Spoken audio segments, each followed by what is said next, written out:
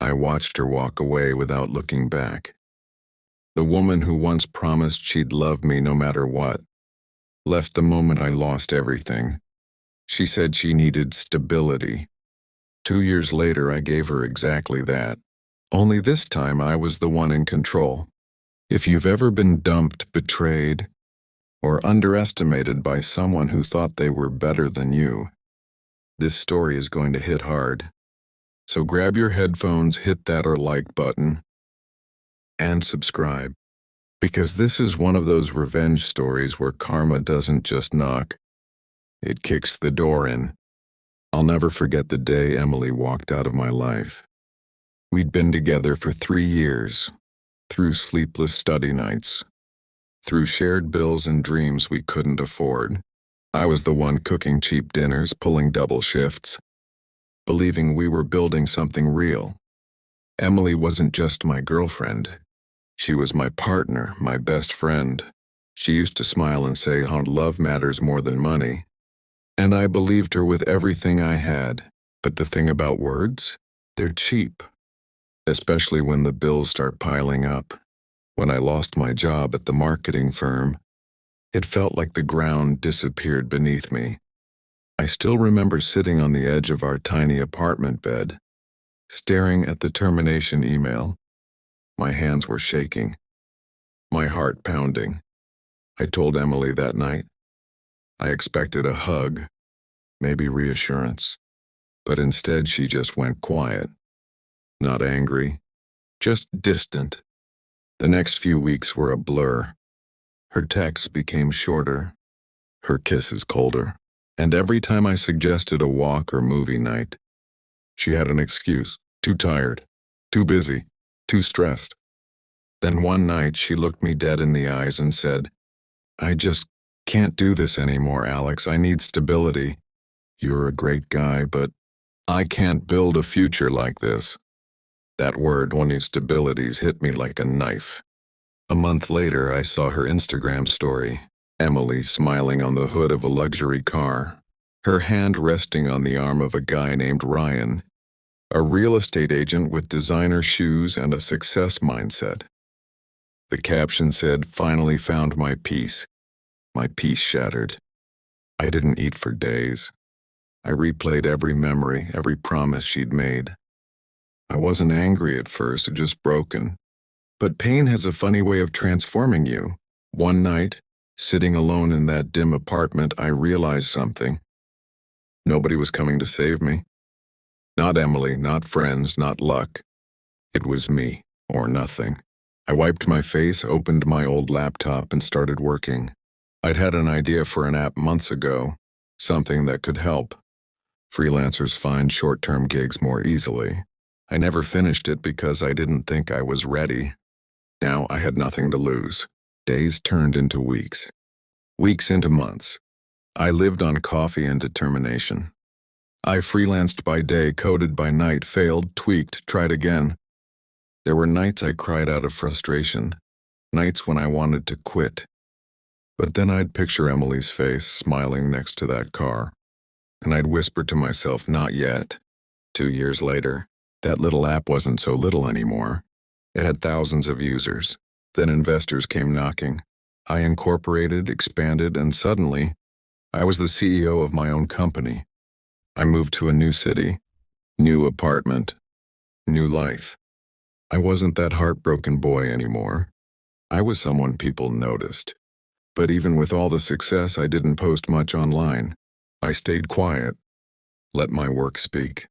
Until one night, I got a message request. Instagram, Emily. Her message popped up like a ghost from the past. "Hey stranger, it's been so long. You've really made it big, huh?" For a moment I laughed.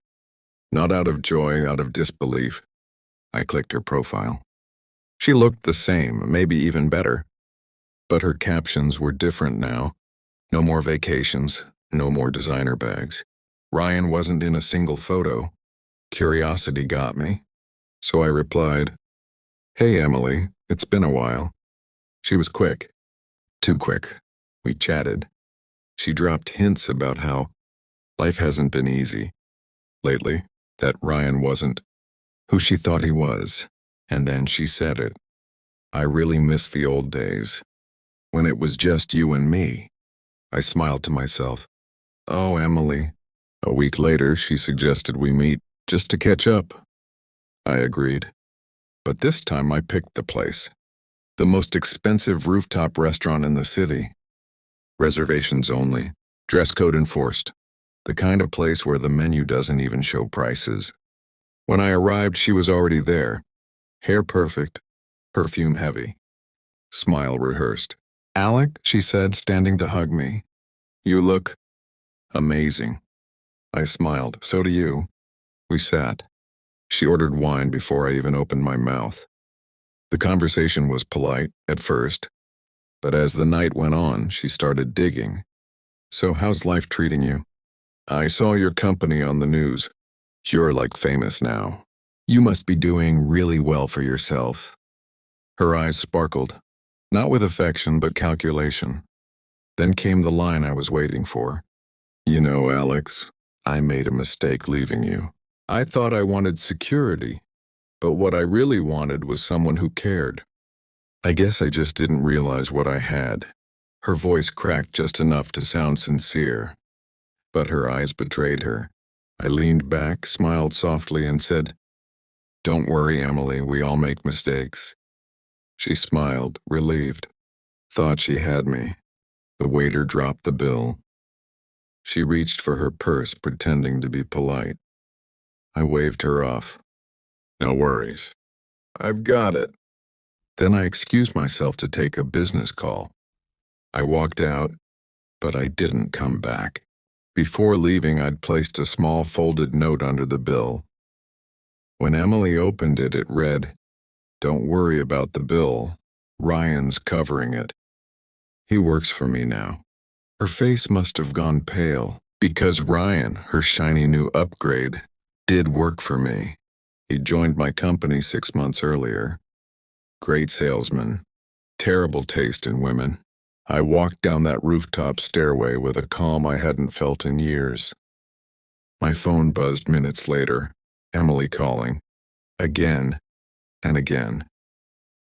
I never picked up. Over the next few weeks, she kept trying. Emails, texts, accidental DMs. But I'd already moved on. Not just from her, but from the version of myself who ever needed her approval. That's the thing about success. It's not just money. It's peace. It's knowing the people who hurt you can't touch you anymore. She dumped me for money. I built an empire.